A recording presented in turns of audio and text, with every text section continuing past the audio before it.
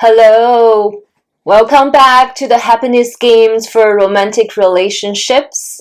Today, I will explore the difference between general avoidance and avoidant attachment. I will take a look from the perspective of polyvagal theory, somatic parts work, attachment theory, and system-centered theory. Yes, still till the end for tips and guidances, and there will also be a standalone meditation for the avoidant attached partner. Let's begin. For those who don't know me, my name is Yizhao Martins. I'm a licensed marriage and family therapist in the state of California. I'm a specialist in couples therapy, especially somatic therapy and couple therapy. I have special trainings in somatic psychology and couple therapy, and I receive ongoing training from the System-Centered Institute for Research and Training Institute. Right, let's begin.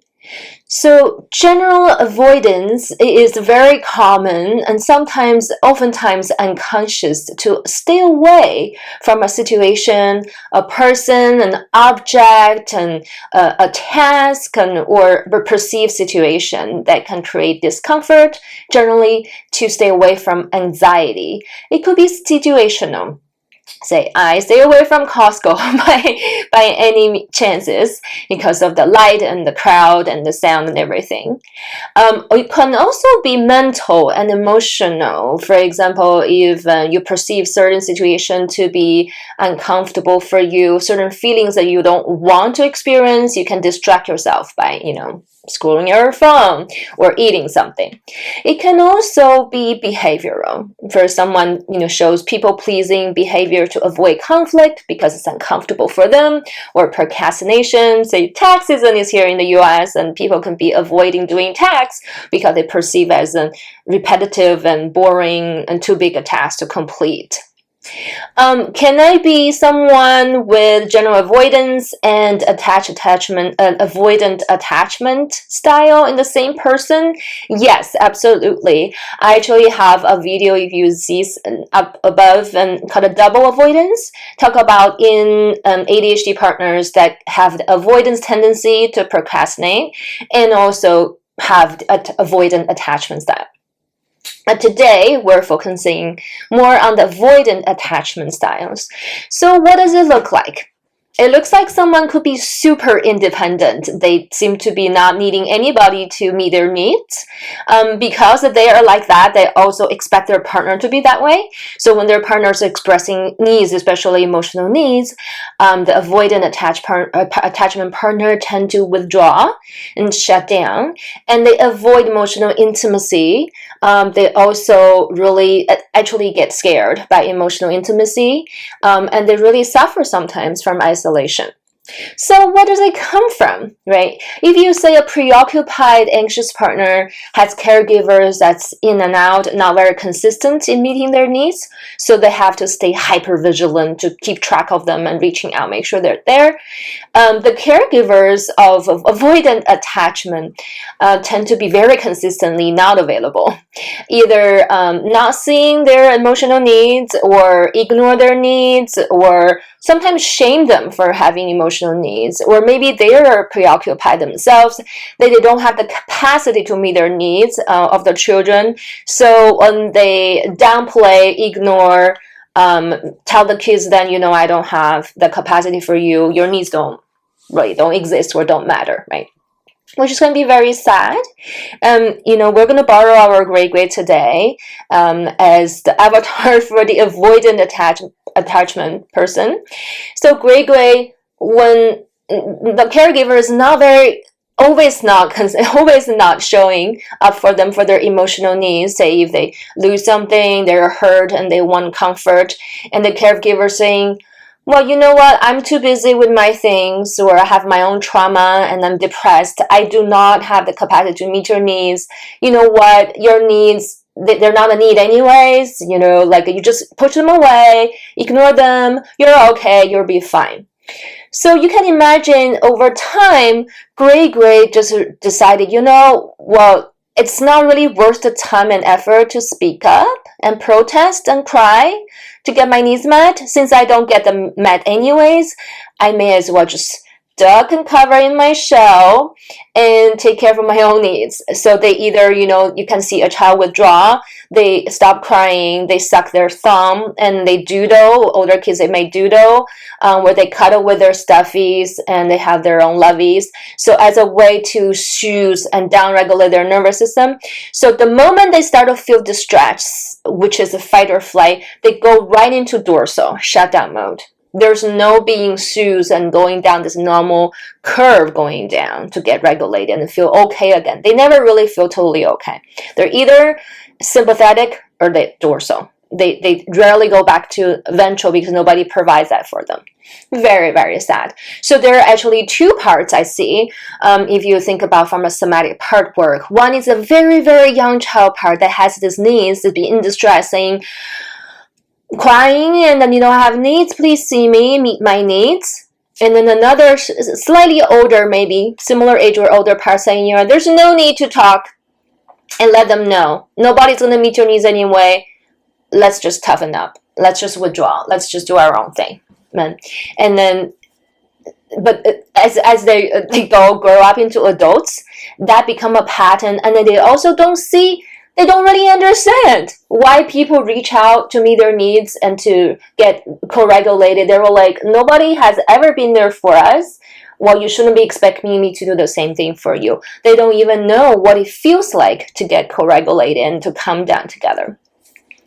And when they get closer in relationship, they start to feel this unfamiliar sensation of connection and closeness. They freak out. They go to sympathetic. They thought this is a dangerous zone. I need to go back to my familiar places, which is to go back to your shell and feel the dorsal state. That's a familiar state for them.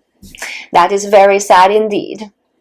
So if I were to give you some tips, if you believe that you fall on the spectrum of the avoidant attachment and you would like some guidances, I would say first, acknowledge these young parts of you, the two parts, that you do have needs for emotional connection. Every human being does. It's very normal. It's also very normal to develop this protective part and saying, let's just shut down, deal with it ourselves, and don't reach out and connect with people. It's not safe. That's understandable, makes sense as well. So please do not shame yourself. Don't let other people shame you for that. There's nothing wrong with you. You develop this part to protect yourself, so you will survive. It makes sense. So that's number one tip, to accept yourself and approve yourself. So the second tip I have for you is to notice right before you go back to the withdrawal, that state, there's actually a moment, a sliver of a moment you may feel arousal in your body.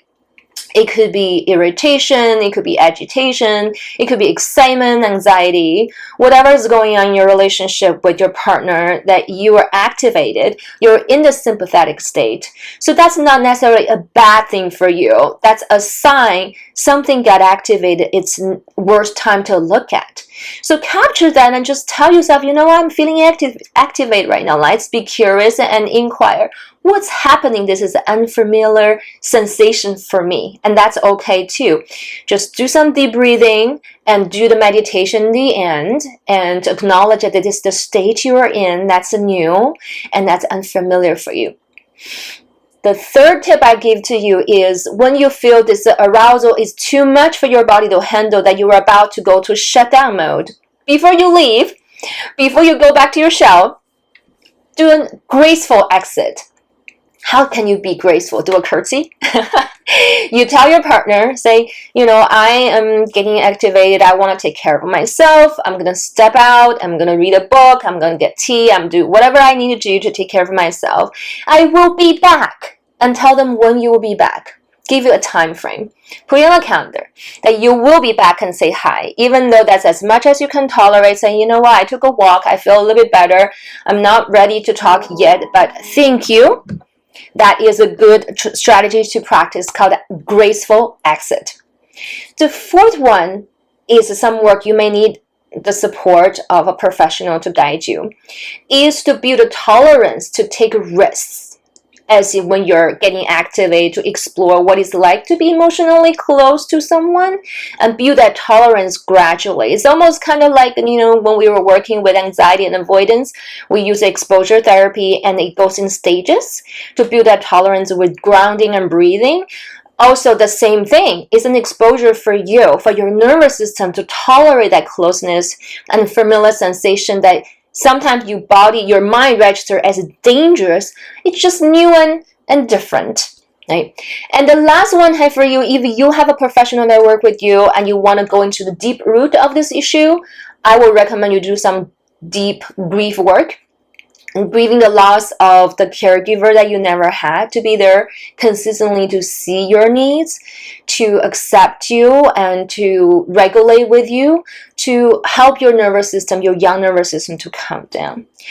So now I'm going to turn on some music for us to do a brief meditation. It is only a couple minutes, so when you are feeling this activation of your nervous system and you're right about to go into withdrawal, you can use this to help you to co-regulate. Yeah?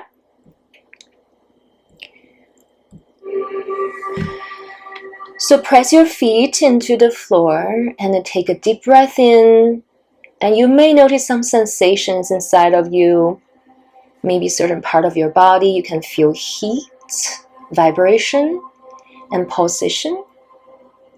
Simply notice them and name them. There might be thoughts coming to your mind, and acknowledge them. If they're not kind, gently push them to the side and listen to my voice. You are not cold. You are not cold. You are protecting something important. You are protecting something important.